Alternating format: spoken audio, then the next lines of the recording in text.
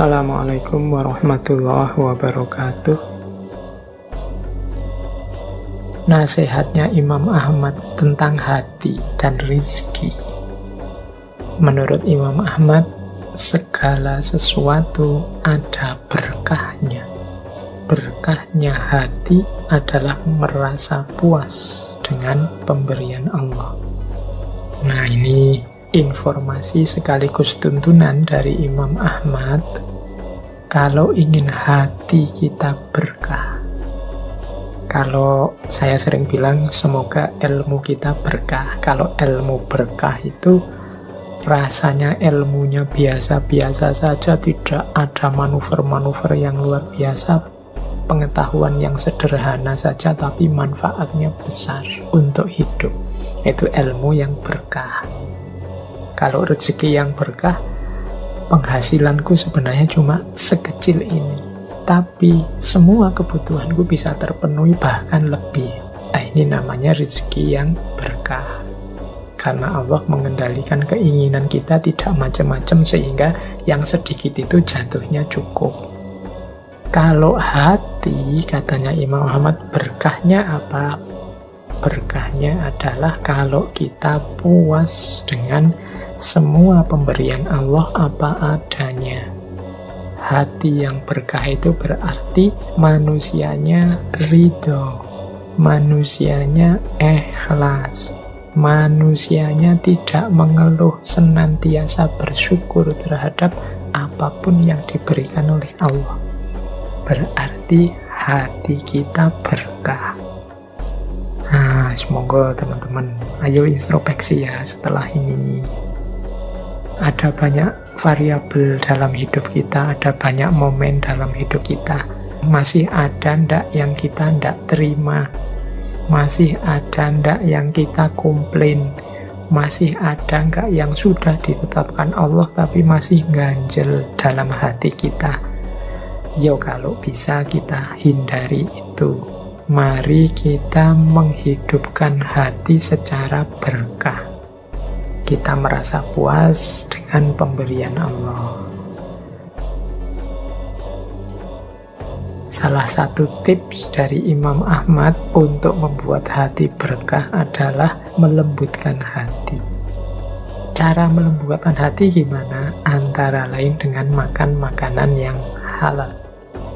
Ini saya akan menerjemahkan makanan yang halal itu baik makanan konsumsi fisik maupun makanan konsumsi batin. Lu apa bisa Pak konsumsi batin yang halal? Ya banyak.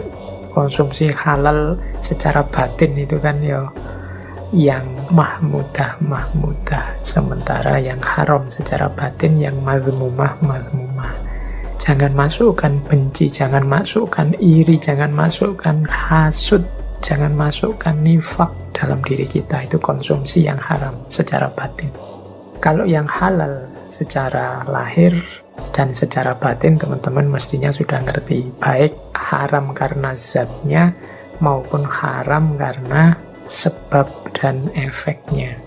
Kan ada beras itu halal, tapi kalau sebabnya mencuri, beras hasil ngutil, ya haram. Beras halal, cara memperolehnya baik, berasnya sendiri juga baik. Tapi kalau dipakai untuk melecehkan orang, menghina orang, misalnya kita sedekah beras pada orang miskin sambil mencaci makinya, ya nilainya jadi, efeknya jadi buruk, jadi merusak.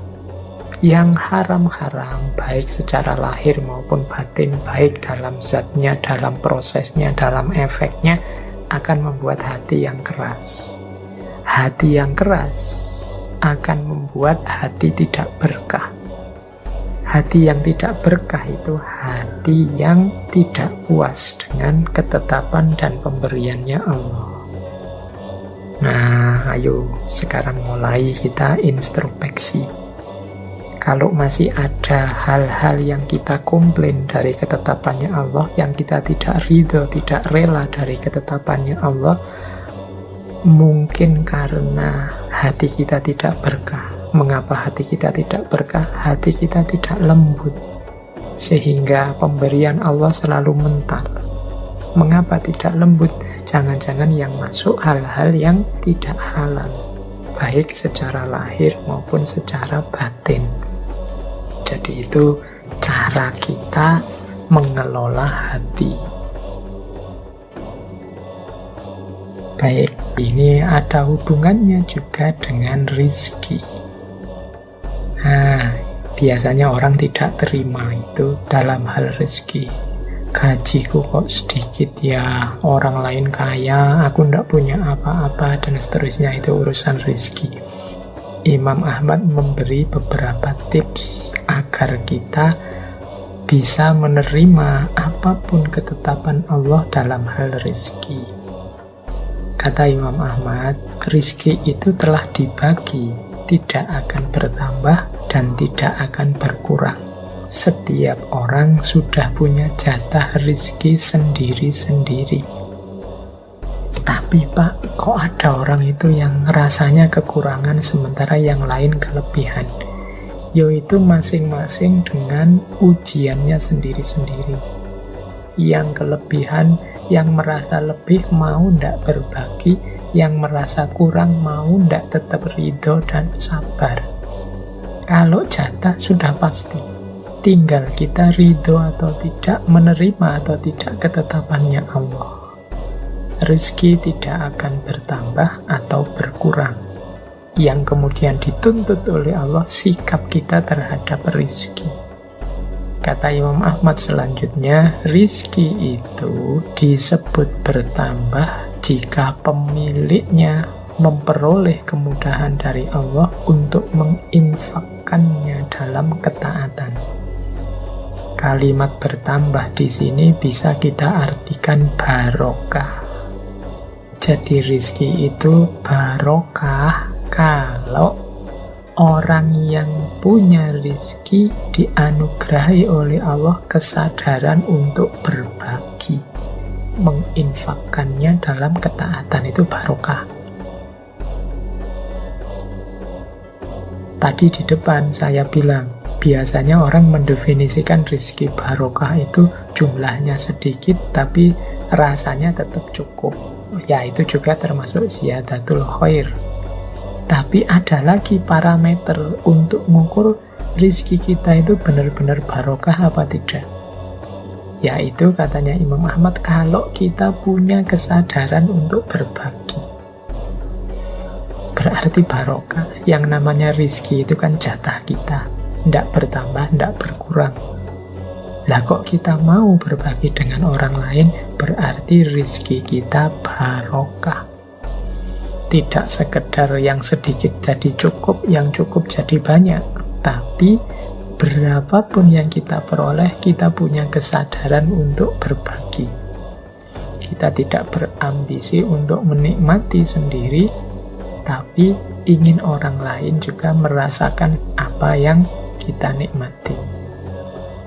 Oke, jadi itu wasiat dari Imam Ahmad tentang rizki. Jadi kalau rizkinya barokah, insya Allah yang masuk ke dalam diri kita juga hal-hal yang barokah. Kalau sudah yang masuk hal-hal yang barokah, hati kita akan barokah. Hati yang barokah adalah hati yang diridhoi oleh Allah. Oke, baik. Saya akhiri sekian. Kurang lebihnya mohon maaf. Wallahul muwafiq. Wallahu a'lam bishawab. Wassalamualaikum warahmatullahi wabarakatuh.